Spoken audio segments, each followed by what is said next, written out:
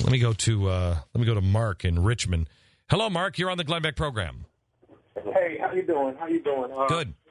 First of all, let me say good day to you, and it's definitely a pleasure to talk to you. Thank you, sir. I'm a huge fan of yours, but I'm a 32-year-old black man.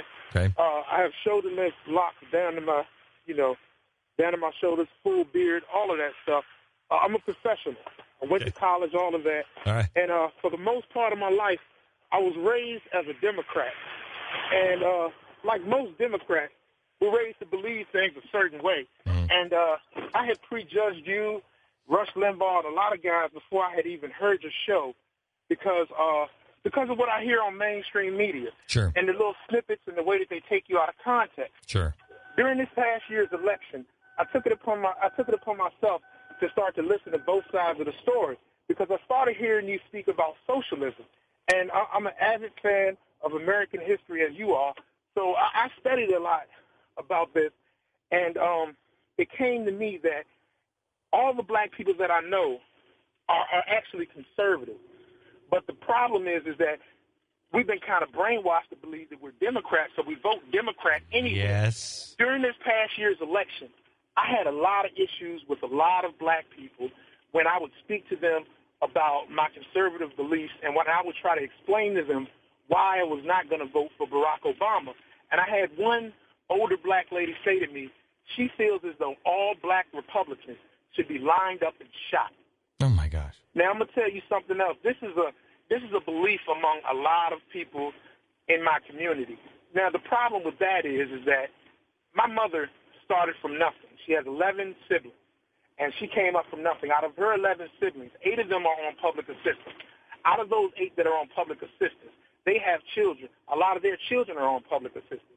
My mother worked 4 jobs when I was young, when we were living in New York City, just to keep us in a little loft. And it wasn't even really a loft. It was a basement apartment with nothing but a bathroom and a kitchen.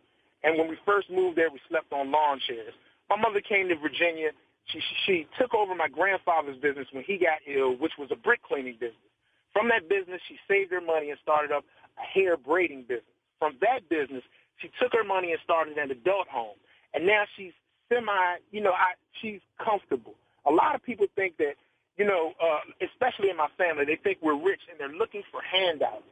The reason why I feel as though I found my conservative roots is when I listen to you and I listen to you speak about the values of America, I feel as though that is the truth.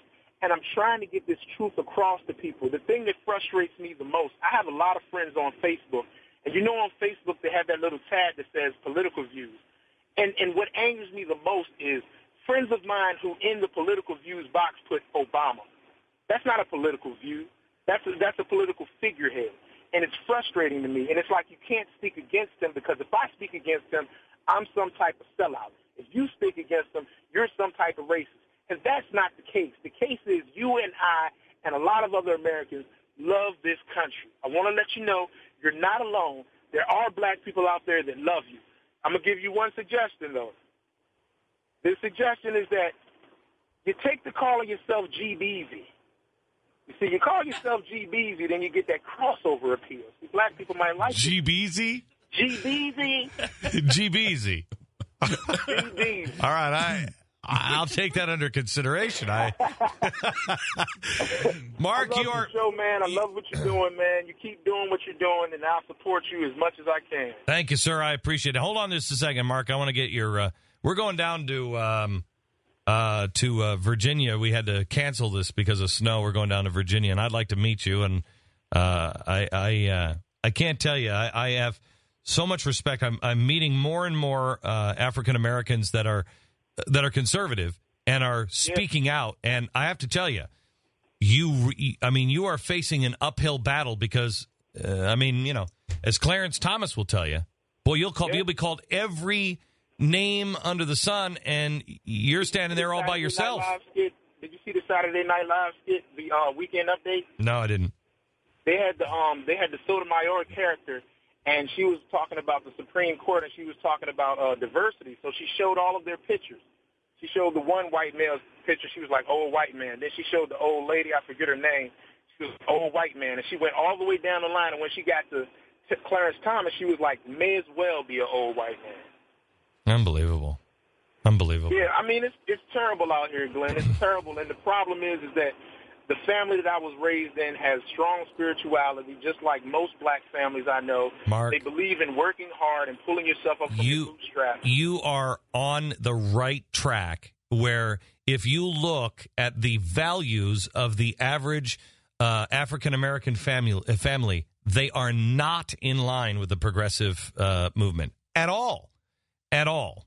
You just hold tight, brother. You know what we have to do is get away from these parties.